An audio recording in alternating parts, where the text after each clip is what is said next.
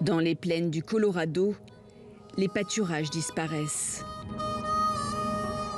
Les sécheresses de 2018, 2020 et cette fois encore en 2021 obligent la famille Van Winkle à s'adapter. Irriguée, Jenny n'a pas d'autre solution. Elle a perdu 7 kilos au printemps pour transporter et installer ces énormes tuyaux, la bouée de sauvetage de son exploitation. Ce système est probablement ce qui fait la différence entre continuer notre activité et mettre la clé sous la porte. La plupart d'entre nous peuvent survivre une année et peut-être même 2. Mais c'est la 3e année en 4 ans que cela nous arrive. Elle a vendu 70 têtes de bétail à l'automne en prévision de la sécheresse. Une trentaine de plus en juin face à l'épuisement des réserves de foin.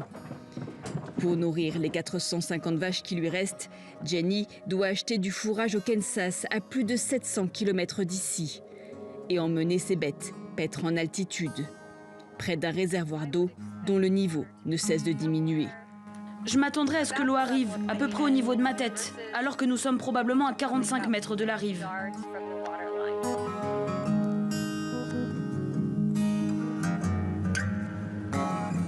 Fraîchement diplômé en sciences de l'élevage, son fils Dean, 5e génération de fermier, est convaincu qu'il leur faut s'adapter au réchauffement climatique.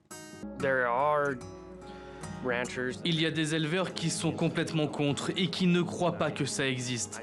Je me bats avec ça parce que vous ne pouvez pas me dire qu'avec ces 4 années de sécheresse ici, toutes cumulées, il ne se passe pas quelque chose.